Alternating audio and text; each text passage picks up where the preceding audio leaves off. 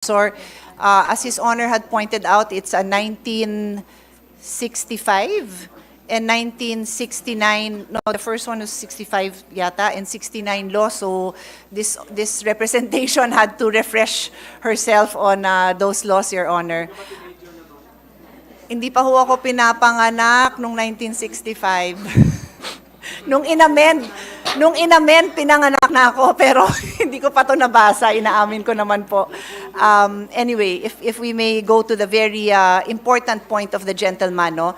First of all, let's put on record that we respect His Honor's concern for the parents, no, who have expressed their problems, no, who have reached out to share their problems. No, we respect that, Your Honor, and we totally respect and appreciate His Honor's persistence in bringing this to the attention of DepEd, so that if there are solutions that can be made, they can be made. With that in mind, Your Honor, the question of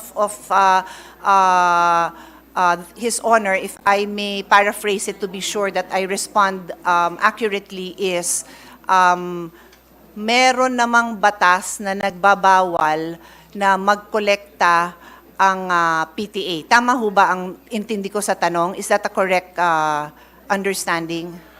RA 5546, bawal po talaga ang contribution, collection sa mga estudyante whatsoever, whether yan ay voluntary or otherwise, except for Red Cross, Girl Scout, Boy Scout, and Barrio High School.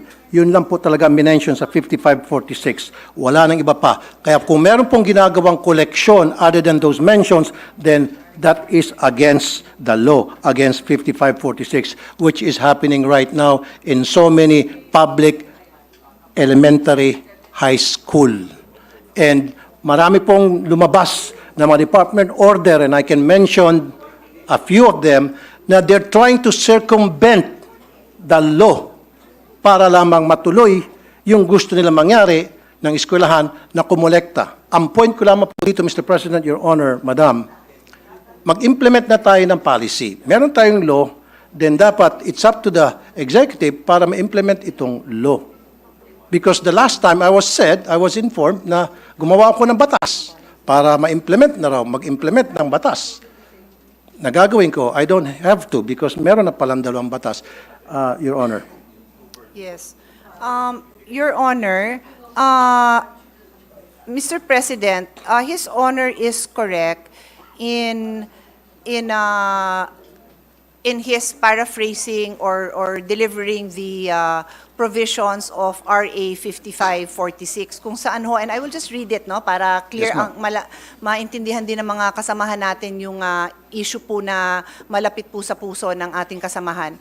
The Section 1 of RA 5546 states, the sale of tickets and or the collection of contributions in any form whatsoever by any person for any project or purpose, whether voluntary or otherwise, from school children, students and teachers of public and private schools, colleges and universities is hereby prohibited. Tama po, sir, no? Yan, Mr. President, yan po ang tinutukoy ng ating kasamahan. Tama po. Tama ho ba? I agree. Yes, okay. So, nung ako ho ay nakikipagdiskusyon sa DepEd, aware po sila dito na bawal talaga ang collections of contributions in any form from school children, students, and teachers. And that is why in their Department Order number 49 series of 2022, known as the Promotion of Professionalism in the Implementation and Delivery of Basic Education Programs and Services, prohibits DepEd officials and employees from seeking contribution, support, solicitation of any kind or any kind of intervention from non-DepEd entities. It goes on to say, likewise, the department implements a no-fee collection policy wherein no fees shall be collected from learners in kindergarten up to grade 4, while fees on certain memberships may be collected from learners in grade 5 and above, strictly on a voluntary basis, i.e.g. Boys and Girl Scouts, Philippine National Red Cross, Parent-Teachers Associations. So ito po yata, sir, ang implementing order na hinahanap nyo, Mr. President. Is His Honor, do I respond to His Honor's question by pointing out this DepEd Order number 49? Thank you, Mr. President, Your Honor. Pero can a department order supersedes a Republic Act? Mr. President, in my humble legal opinion, this department order is consistent with the law. But I am very open to hear His Honor's concerns kung meron dito sa department order na inconsistent. Kasi isa po ako sa naniniwala na hindi talaga dapat nagsusupersede ang Correct. isang department order. We are one with that. And Thank you. let the record show that the minority floor leader is nodding his head because for more than a decade, magkakasama kami always reviewing this department orders. Hindi ho tayo Okay. nagtotolerate na nag-e-exceed. Exactly. So, nagkakaisa po tayo dyan, Mr. President. Pero dito po sa RA 5546, Mr. President, Your Honor, Madam, totally pinagbabawal ang any form of collections, voluntary or otherwise, except Red Cross, Girl Scout, Boy Scout, and then donors for the support of Barrio High School. And I have a definition of Barrio High School with me. Never did this RA mention about PTA. Yes, Your Honor. We noted that the mention of PTA is now in that department order. Upon further review and discussion with the DepEd, we are now looking at the entirety of RA 5546, wherein it states,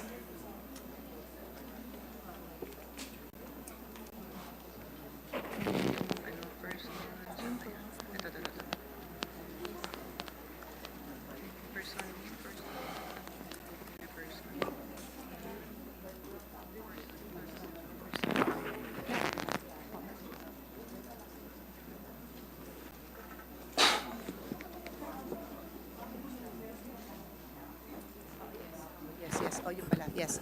Thank you. Mr. President,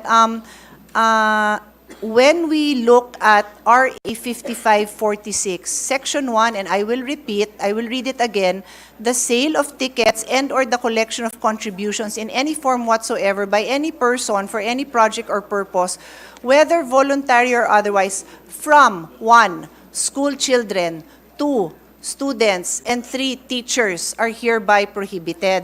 So in the case of the PTA, Your Honor, what has been the policy of DepEd since 1969, just to be clear, it is not the policy of this administration alone, but since 1969, no, minana nila ang policy, is that there is a total ban on collection from the children, the school children, the students, and other teachers. But they recognize PTA as a separate entity that on their own have their own rules and guidelines and may on their own come up with fundraisings that are voluntary in nature. Fundraisings. Okay. Well, Can you- just to be clear, Your Honor, Okay. that is my own choice of words, That's Mr. your own choice of President, words. yung fundraising. No? I Okay. use it generically po, Madam, Mr. President. meron ba diyang batas na kung saan, batas tayo, dinidefine ang meaning and function ng PTA? Alam niyo po ba yun? Dito na meron? sa RA 5546, wala hong banggit Wala. ng PTA. Tama. Wala Pero po. I will ask DepEd if there are No, any don't other... ask DepEd. Ako You pong don't bahala. need to know. Okay. Ako nang bahala. Yes, Mr. President. PD 603, December 10, 1974, dinefine ang meaning ng PTA. At nowhere here na nagsasabi ang PTA pwedeng mangolekta. Ang sinasabi rito, ang PTA isang programa, samahan, na para tulungan ng mga estudyante sa kanilang academic performance. Kung ano mga problema ng estudyante, anong problema ng mga magulang at teachers tungkol sa estudyante to enhance their participation sa eskwelahan, yun po yung purpose. Look at PD 603, ma'am. I'll give you a minute. PD 603, December 10, 1974. It is a forum being provided by the law para yung mga magulang at ng mga estudyante at guro ay magkaroon ng pagkakataon mapag-usapan yung welfare ng mga estudyante. Yung pong pinakabuod.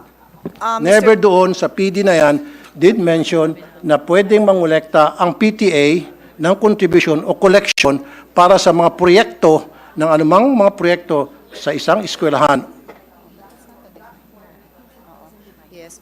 Mr. President, I will respond to his Honor's observation on the definition of PTA. Umpisahan ko po kung ano tong PD 603, no? This is the Child and Welfare Code. Familiar po tayo dyan. It's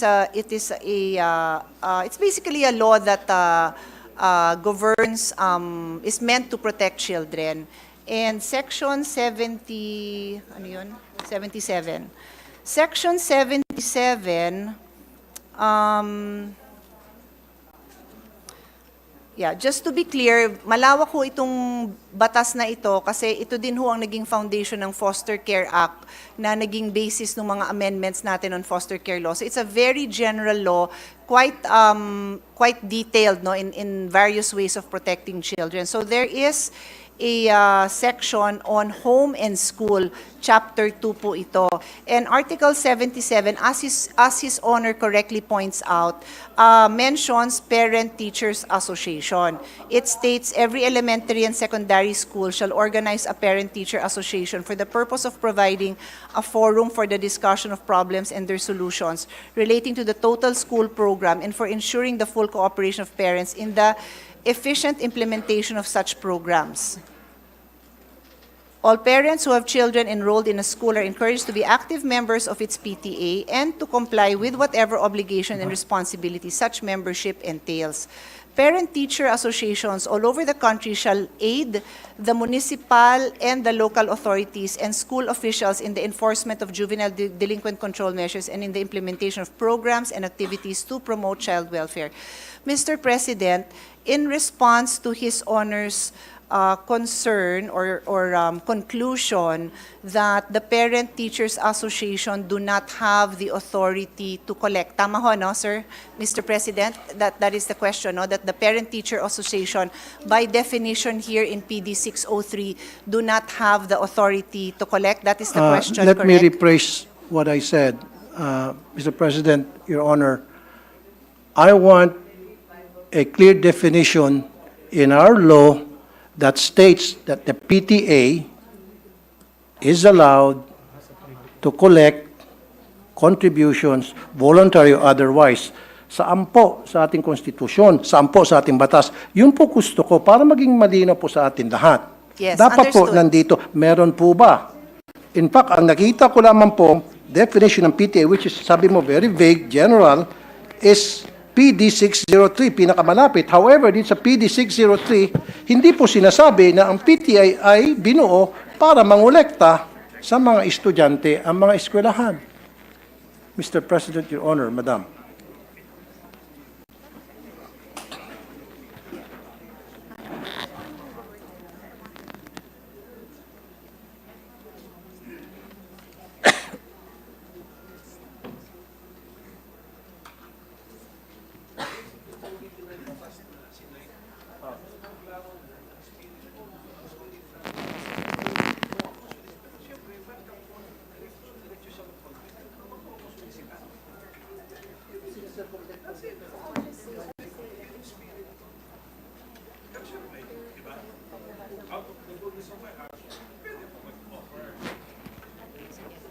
Mr. President, I just needed to confer with DepEd if tama po ang intindi ko.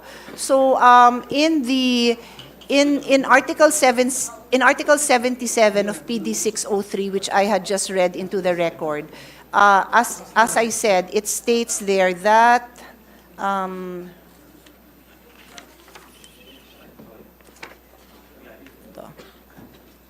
that every elementary school shall organize ito nga hong PTA relating to the total school program to ensure full cooperation of parents in the efficient implementation of such programs.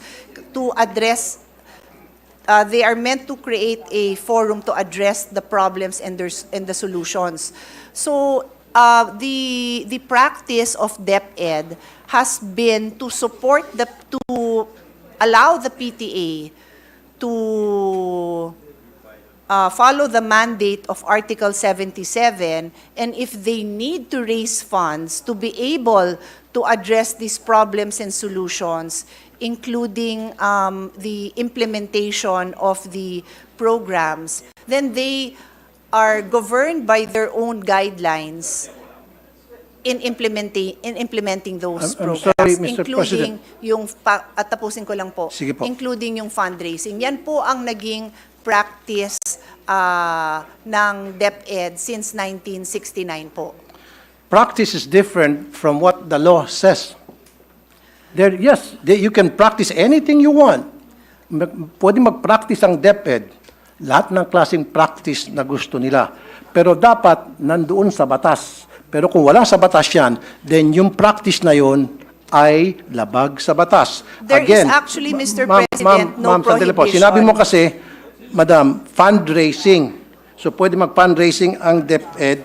It's been a practice through the DepEd, magkakaroon silang fundraising under PD 603. Pero, Mr. President, Your Honor, sa PD 603, wala talaga ako makita rito, kahit na letter by letter, tinitingnan ko, wala talaga nagsabi rito na pwede mag-fundraising, na pwedeng humingi ng contribution, humingi ng tinatawag na voluntary contribution. Wala talaga. So it seems to me na yung DepEd ay gumagawa-gawa ng sarili nila ng guidelines sa isang batas. Gumagawa sila ng sarili nilang IRR.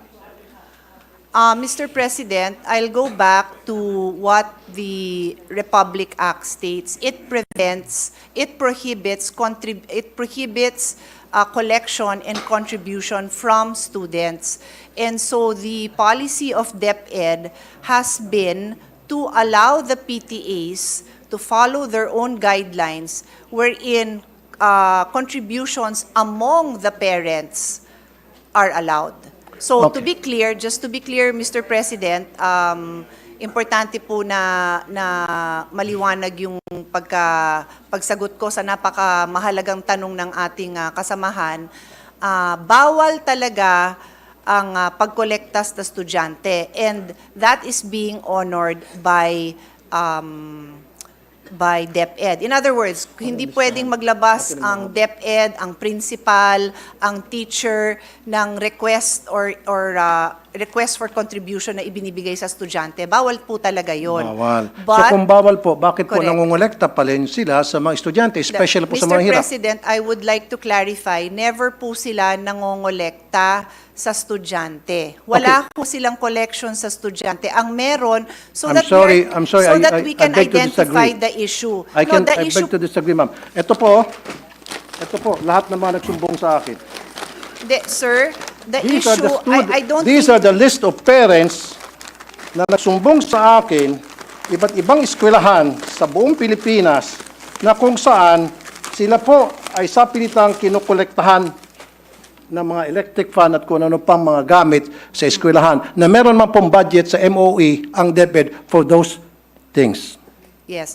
Mr. President, first of all, may I request that that list is Yes, submitted I'll be so more than that happy to we give it to can you. give it to DepEd, kasi I believe they have committed in the hearing pa lang na any violation po, iimbestigahan naman po nila. They made that commitment po. The only item left for the discussion on the floor right now is yung authority mismo ng PTA. So any direct contribution o collection sa estudyante, talaga hong iimbestigahan nila. So tama, ang pagkaintindi ko, Mr. President, sa issue is, so si PTA ba pwedeng mangolekta? And ang sinasabi po sa atin ng DepEd, the policy since 1969 has been to recognize the PTA's authority to decide among themselves. They have their own rules, they have their own guidelines to do their fundraising, that is a generic term that I'm using, among the parents. Hindi to sa bata, hindi apektado yung pagpasok ng bata, hindi apektado ang grade ng bata. Bakit ginagawa ng parents yun? Kasi kulang ang pondo. Yung sinabi ng ating kasamahan na nasa MOOE yan, meron yan pambili ng electric fan, idagdag ko na rin doon, ano yung mga kakulangan, di ba? Yung pagpaganda ng garden, driveway, entrance, kung ano pa man. Lahat naman po yan nilalagyan ng MOOE. Pero if I may call the attention of our chairman, talaga naman wala na ho tayo, nagbibigay ho tayo ng maraming pondo, but hindi ho talaga nakokompleto, no? In fact, ako na magsasabi, because baka may magtanong, yung mga repairs, no? Pagpalagay mo ng may electric fan dun sa loob ng classroom, o di kaya yung picture na pinakita ni Senator Bongo, medyo bumagsak yung kisame. Lahat po yun falls under repairs of basic facilities. Pero natanggalan po yan ng pondo, na ilipat po sa ibang pondo yan, hindi ho ng Senado. So may mga issue pong ganyan. I think I want to assure our colleague that hanggat makakaya, sinusuportahan ng ating chairman yung ating recommendation to increase the MOOE. So that basic principle, I think everyone in the Senate supports His Honor, na mapondohan sana ng lahat na yan.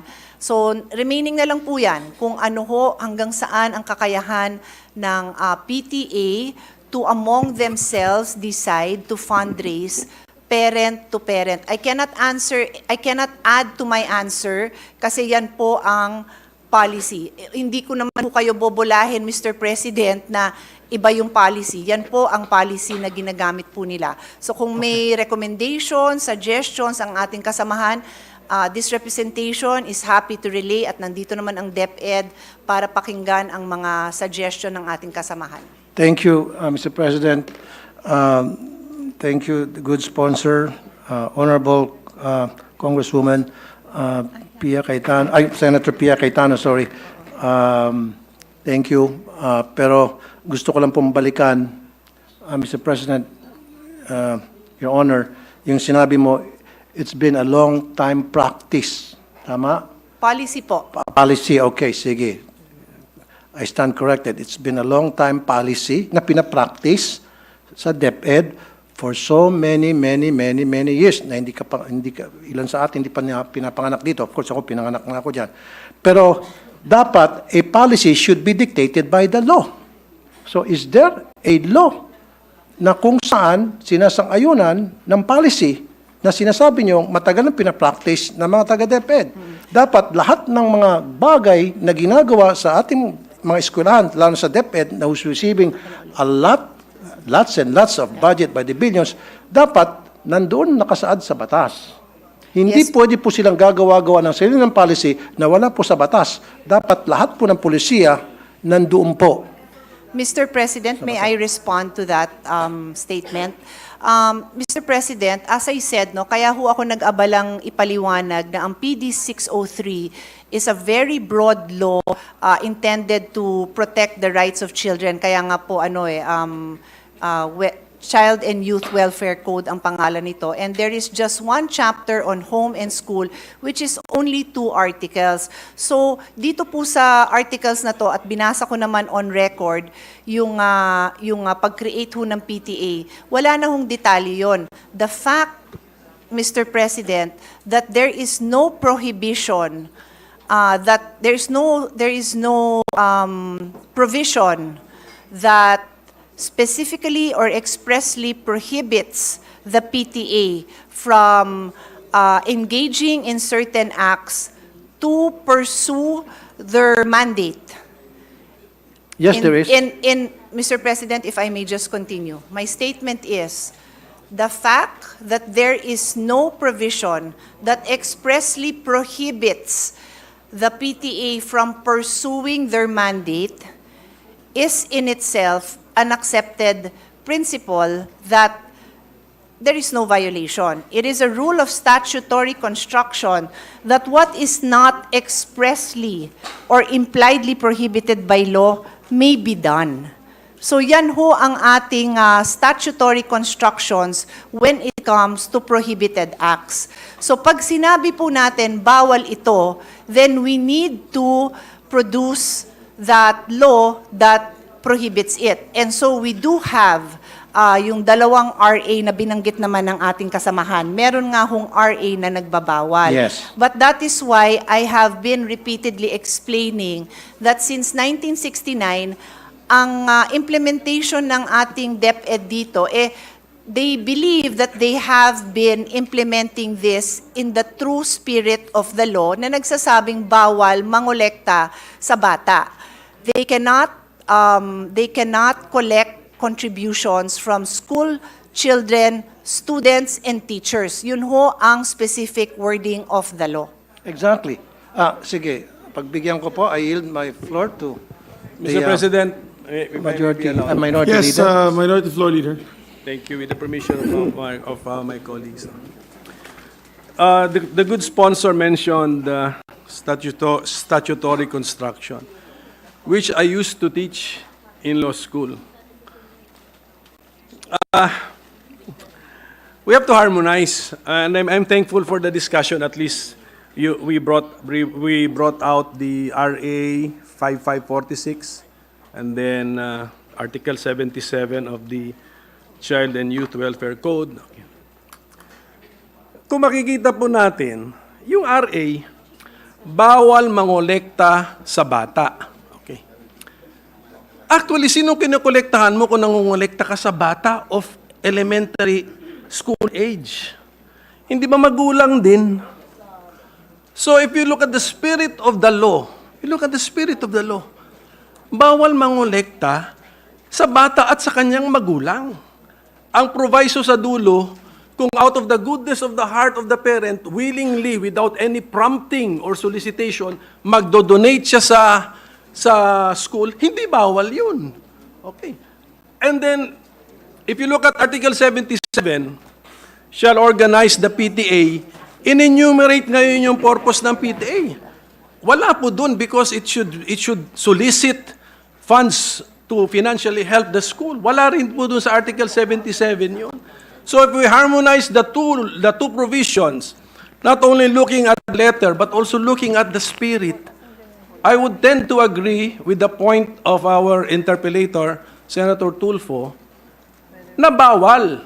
And if there is a department order na may interpret na pwede for the PTA to prompt or solicit or to ask contributions from the parents, let's review this department order because in my humble opinion, it violates the law, Mr. President. So thank you for the time, sir. Thank you, Minority Leader.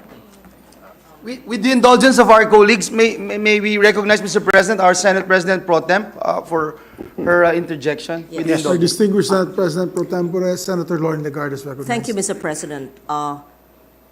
May I humbly suggest that since the GAA is the most important piece of legislation, it may be applicable only for the next 12 months. However, but you can keep on making it a special or a general provision.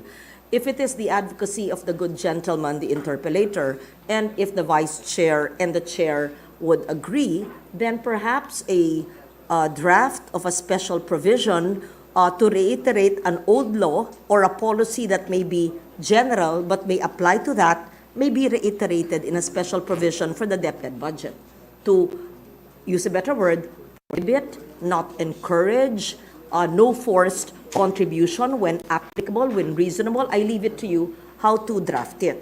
If, based on the conversations, discussions I've been hearing, while it is a very important thing and there are many other issues in the education sector, perhaps the way forward for the solution would be a special provision, if the chair and the vice chair would agree. That would refer to policies, department orders, and the old law from the 1970s, which I heard. So that's my humble suggestion, Mr. President. How that provision will sound, will be drafted, I leave it to the body. But it may prohibit or not, at least not encourage the contribution, especially from the poor families. Libre na nga ang matrikula, pero kung yung hinihingi ng contribution ay higit pa sa libreng matrikula, kawawa rin naman. So pwede natin gawin parte yan ng ating batas na ginagawa. Thank you, Mr. President. Yeah, thank you, Senator Lauren Legarda. In fact, if I may quote Yusek Poa, sabi niya nung last hearing, doon naman po sa overall efforts, as you know, school-based feeding program is actually one of the ways na hindi napapansin, pero ito po yung ways to prevent yung ating mga dropouts, unquote. And I agree.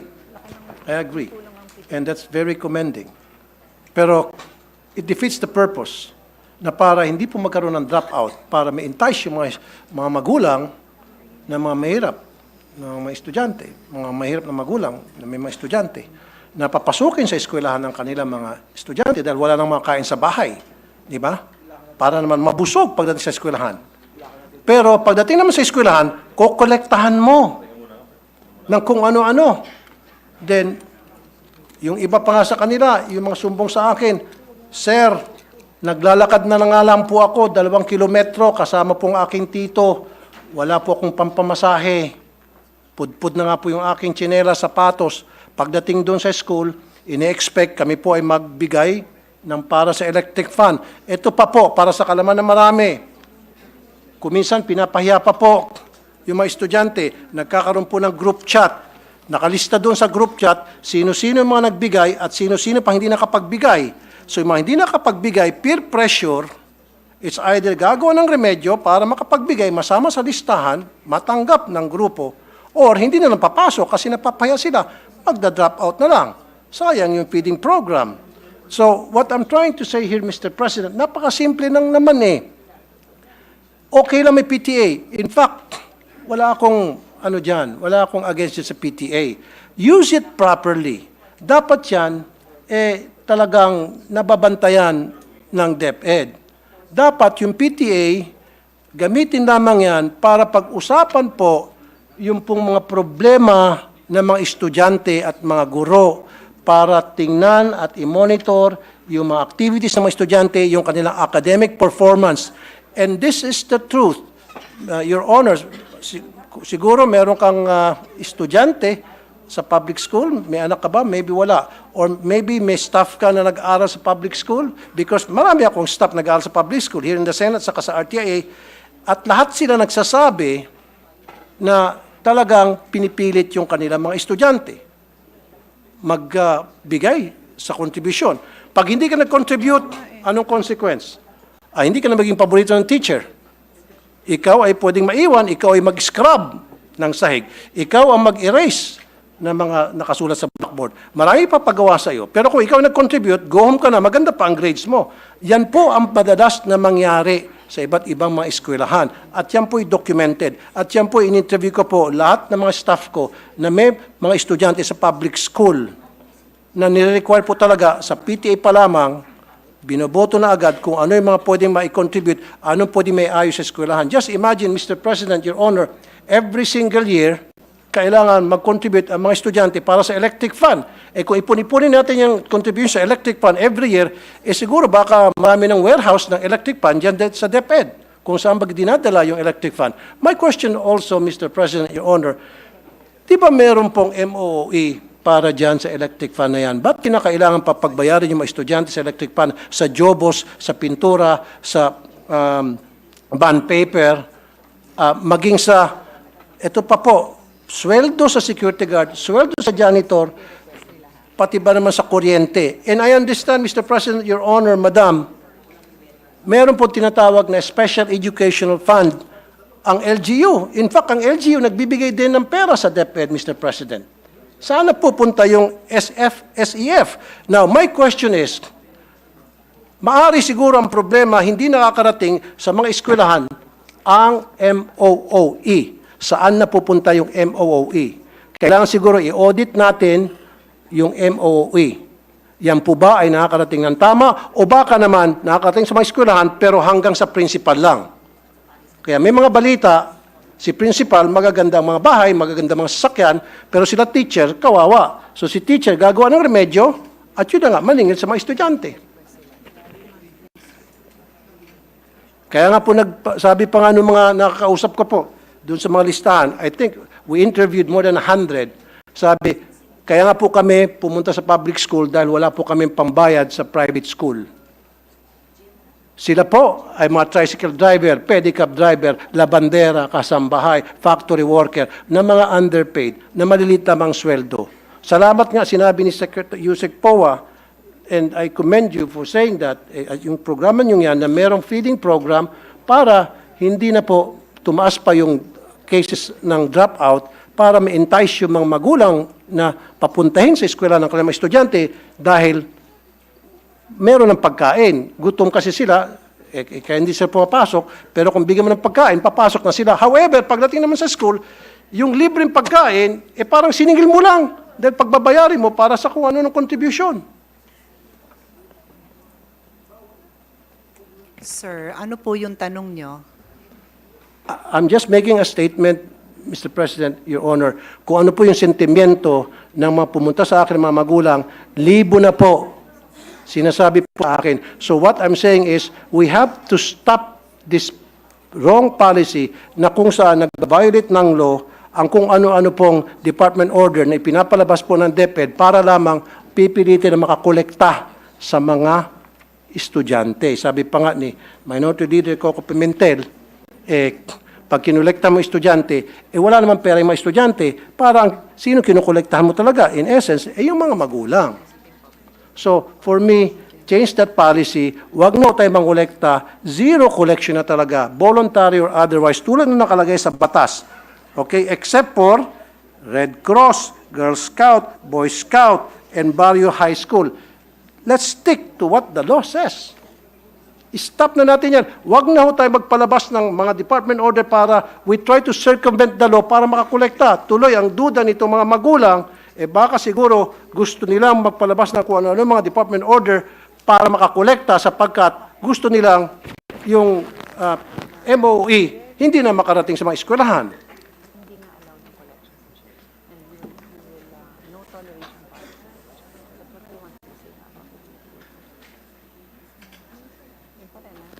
Now, may I add, Mr. President, Your Honor, kung sasabihin nyo lang sa akin ngayon na kayo po ay mag-issue ng department order telling all schools under DepEd, let's stick to 5546, period.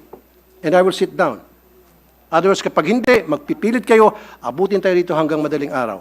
And I will not stop because I know I'm right. Mr. President, just a short response. The policy of DepEd is very clear. They have a no toleration policy on the collection from students. So, itong huling mga nabanggit ng ating kasamahan na yung mga estudyante, nagko-collect, paulit-ulit din na sinasabi sa akin ni Vice President, DepEd Secretary na no, they will not tolerate that and they commit to investigate that. Thank you. So clear po tayo dyan. On that note, may I ask for a minute suspension, Mr. President? Thank you. Session suspended for 1 minute.